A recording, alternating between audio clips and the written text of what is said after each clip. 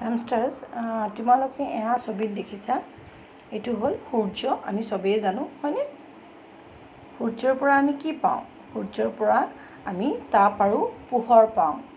তাপ আৰু পোহৰ অবিহনে আমি জীয়াই থাকিব নোৱাৰোঁ তাপ আৰু পোহৰ আমাৰ কাৰণে অত্যন্ত আৱশ্যকীয় যদিহে সূৰ্য নাথাকিলহেঁতেন তেতিয়াহ'লে আমি তাপ আৰু পোহৰ নাপালোহেঁতেন হয়নে তেতিয়া আমাৰ অনবৰতে কি অন্ধকাৰ হৈ থাকিলেহেঁতেন আৰু তেতিয়া আমি জীয়াই থাকিব নোৱাৰিলোহেঁতেন সেইকাৰণে সূৰ্যৰ তাপ আৰু পোহৰ আমাৰ কাৰণে অত্যন্তই আৱশ্যকীয় সূৰ্যৰ তাপ আৰু পোহৰ অবিহনে আমি জীয়াই থাকিব নোৱাৰোঁ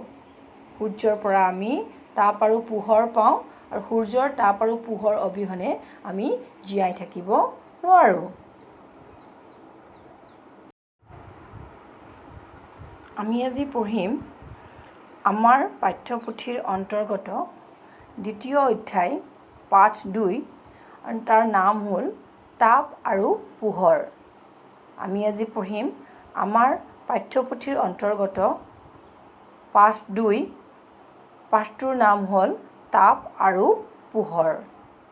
ব'লা আমি এতিয়া আমাৰ পাঠ্যপুথিৰ জৰিয়তে পাঠটো এবাৰ পঢ়ি লওঁ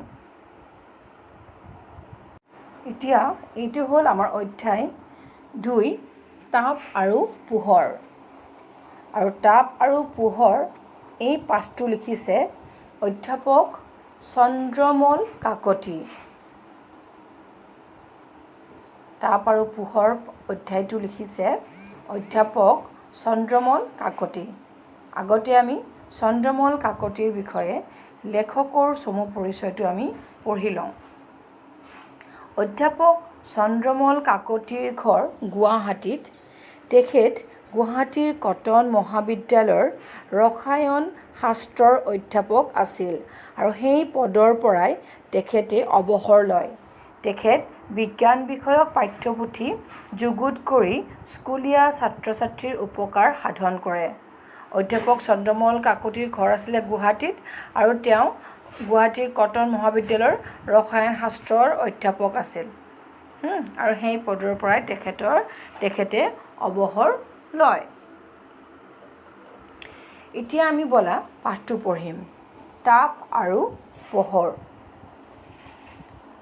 সূৰ্যৰ পৰা আমি তাপ আৰু পোহৰ পাওঁ তাপ আৰু পোহৰ দুয়োবিধেই শক্তি দুয়োকে আমি ৰ'দ হিচাপে পাওঁ সূৰ্যৰ পৰা তাপ শক্তি নাপালে কোনো জীৱ জীয়াই থাকিব নোৱাৰে সূৰ্য শক্তিয়ে জীৱৰ প্ৰাণ সূৰ্যৰ পৰা তাপ নাপালে মেঘৰ সৃষ্টি নহয় নৈত সোঁত নবয় সাগৰত জোৱাৰ নুঠে আৰু বতাহো নবয় সূৰ্যৰ পোহৰৰ অবিহনে পৃথিৱীৰ বুকুত গছ গছনি বাচি থাকিব নোৱাৰিলেহেঁতেন উদ্ভিদৰ অবিহনে আকৌ প্ৰাণীজগত বাচি থাকিব নোৱাৰিলেহেঁতেন গতিকে দেখা যায় সূৰ্য শক্তিয়েই জীৱৰ প্ৰাণ আৰু সূৰ্যই সকলো শক্তিৰ আধাৰ সূৰ্যৰ চোকা ৰ'দত বেমাৰৰ বীজাণু মৰে সেইকাৰণে পিন্ধা উৰা কাপোৰ কানিবোৰ মাজে সময়ে ৰ'দত দিব লাগে ৰোগীয়া মানুহৰ কাপোৰ কানিবোৰ সদায় ৰ'দত দিয়াটো নিতান্ত দৰকাৰ থকা ঠাই আৰু ঘৰ ভালদৰে ৰ'দ পৰা হ'ব লাগে ভালদৰে ৰ'দ নপৰা ঘৰত পোহৰো নপৰে জেকা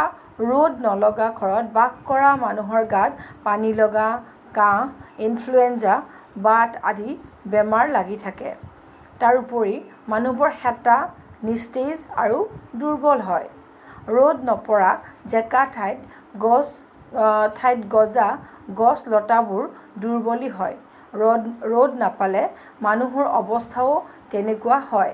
হেতা পৰে গা মন বেয়া লাগে আৰু মনলৈ প্ৰফুল্লতা নাহে সৰু সৰু ল'ৰা ছোৱালীৰ হাত ভৰি ক্ষীণাই শুকাই যায় পয়া লগা বেমাৰ হ'লে গাত জলফাই বা